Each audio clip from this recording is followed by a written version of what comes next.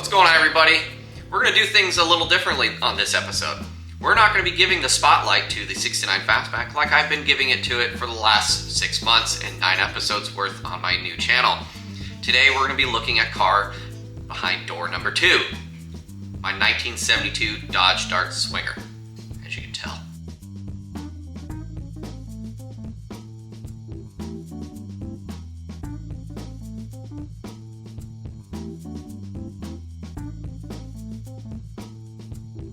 I got my cool sweatshirt here. So, had this car for a very long time, 13 years to be exact, and it's the longest I've ever owned one single car that I haven't sold or got rid of or bought back or anything like that. This car holds a very near and dear spot in my heart, and I will never part with it. This is my baby. Her name is Tracy. She's had a very good life, actually. I am the second owner. The original owners who I bought it from, the grandfather, who then gave it to the grandkids, decided to beat on it a lot. And then I saw it on Craigslist one rainy morning, and I decided to go look at it, and I actually came home with the car. Now, this was back in 2010. We all know the A-bodies have gone up tremendously in value. For what I got the car in the condition it was back then, you couldn't even touch it today. So, I've gotten it for a very good price, and I put a lot more into it since then, and changed it because it was basically a grandma's grocery getter. It had the skinny little tires on it, but this car was in decent shape overall, besides the dents and the dings that it has down the body panel, which the old man decided to hit a bunch of mailboxes with.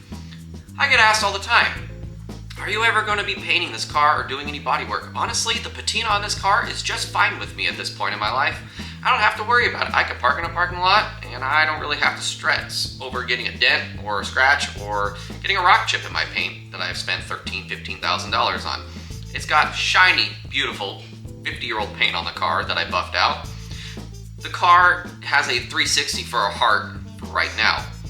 There's a lot of things that I'm going to be doing to the car in the near future, and I've already been actually collecting parts for it. It started life here as a 318 small block 904, 7 1/4 rear end. Pretty basic standard 1972 Swinger. It now has a 360 from a date code of 1972. Still wears, or has, the 904 automatic transmission underneath the car right now, with a slightly better torque converter and some upgraded cooling components to the transmission that help its longevity of life. But now, the back of the car, it no longer has that itty bitty twig of a 7 1/4. I have a true A-body 8 3/4 with 323s in the back that I stumbled upon one day at a swap meet. Literally the first stall, right when I walked in to the swap meet where I live. Bam! It said Dodge Dart right on it. And I was like, I'm coming home with this. I bought a complete 8 3/4 for this car, drum to drum, for $400. Complete, with the third member and everything. It was a great deal. Kept the guy's phone number, and actually down the road a couple years, I called him up and I was like thinking, I want to do a 4-speed. Do you have any 4-speed parts? Because this guy had a lot of stuff. He actually said, yes, I have one pallet. He's got a kit of parts to make this car a 4-speed. So, what you know? I drove down to his house. I picked up a true close gear ratio cast iron box. It's very heavy, 4-speed, bell housing and pedals. I got a Hurst shifter linkage. I got basically everything I need to convert Tracy here to a 4-speed, which is going to be an awesome addition because I've always wanted to have a real 4-speed car. I've always had Mustangs when I was a teenager in high school that had the Tremec 5-speeds, but something about that old school 4-speed that just gets my blood pumping, you know? So the car is going to be going under the knife here eventually. I just drive it. I enjoy the car. I've tore it apart once, took the engine out, put the engine in, but I wasn't ready to do the engine just yet. And that was my mistake. So the car sat for 2 to 3 years, and then after that, I finally got the heart back in it, so I missed out 2 to 3 years worth of enjoyment with the car. So I'm not gonna touch it until I have every single component that I need to get the job done. That's including suspension, the transmission, the engine work that I'm gonna get done, that I'm gonna show you here in a second, what the plans I have for keeping this car old school, because I'm gonna do everything more modern in the Mustang. I wanna have one car old school, one car more resto mod, more modern with like Holley EFI and coilover suspension. I'm going to keep this car, obviously. I got torsion bars, you know, and I can put some QA1 front control arms on it that'll help stiffen up the, you know, suspension and keep the car handling a little bit better than what it did, but I'm not going to go too crazy with this car. I'm going to keep it pretty nostalgic to the 70s era, like it has with all the stickers all over it and the rake it has. So this particular car is probably going to stay this way for quite some time. Cosmetically, I'm not going to change it.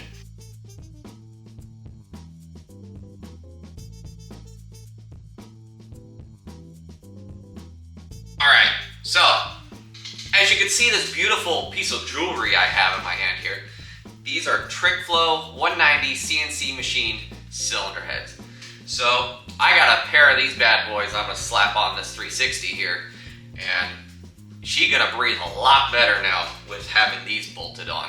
These things are so beautifully done, it's absolutely insane to see how nice of work that TrickFlow does. And I'm so happy that they have something for small block Mopar now that is basically like almost ready to go, bolt on right out of the box. Yes, I'm going to have these things gone through still, just like Edelbrock heads. I'm still going to take them to a machine shop, have them checked.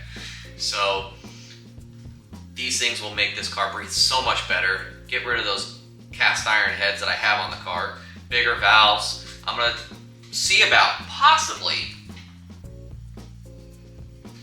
doing a stroker kit. That is something that's a huge cost to do and a lot of machine work to go through. I don't know if I really want to tear into my bottom end on my 360 or not. The bottom end is fine with the car. There's nothing wrong with it. These things will just help so much with breathability of the top end, and I can find a good cam to pair with it, and it will be an awesome, awesome addition to Tracy's 360. Now you saw the cylinder heads.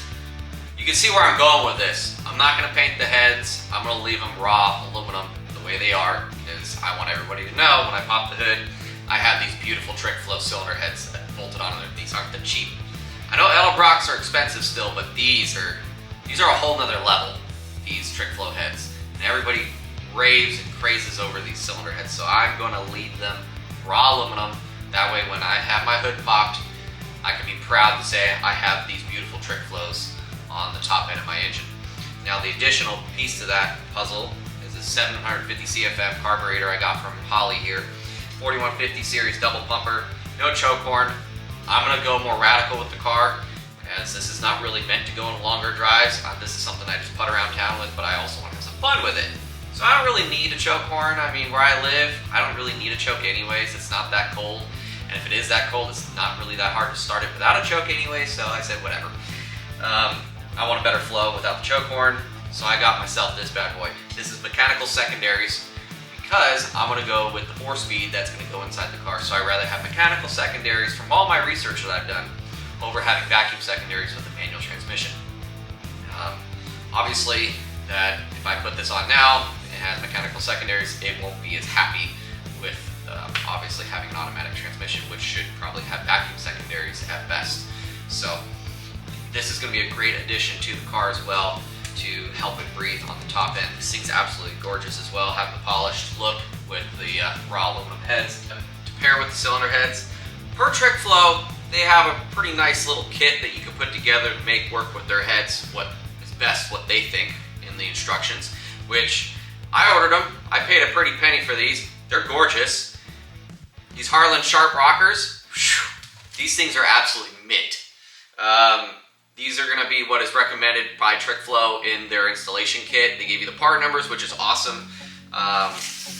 Obviously, I have an LA360 small block. That's what's going on with Tracy right now. I have all these engine components that I'm storing and stashing, and I'm waiting for the moment to where I can actually bolt these on. Now, I could technically put all this together now if I don't want to do a stroker kit, yes. But I'm still kind of leaning towards wanting to do the stroker kit, but also I need to get the 4-speed ready. So I got to send the 4-speed out to Brewers Performance. I want to have those guys rebuild and go through that 4-speed for me. They know what they're doing.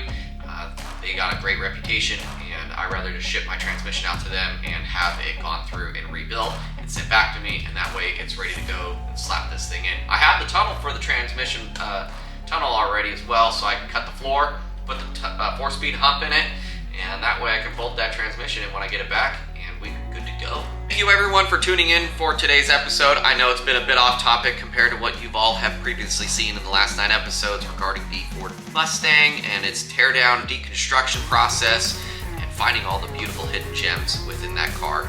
I know that this car is not an ongoing current project at the moment. I'm just driving it and enjoying it. I just needed to showcase what is to come with this car, and now that you all know that I have it here, there's going to be a lot more to come, obviously, with the engine build and other components in the car that I have set aside. I just need to save up a little bit more and to be able to get the remaining components that I want to do to it before I just tear it apart.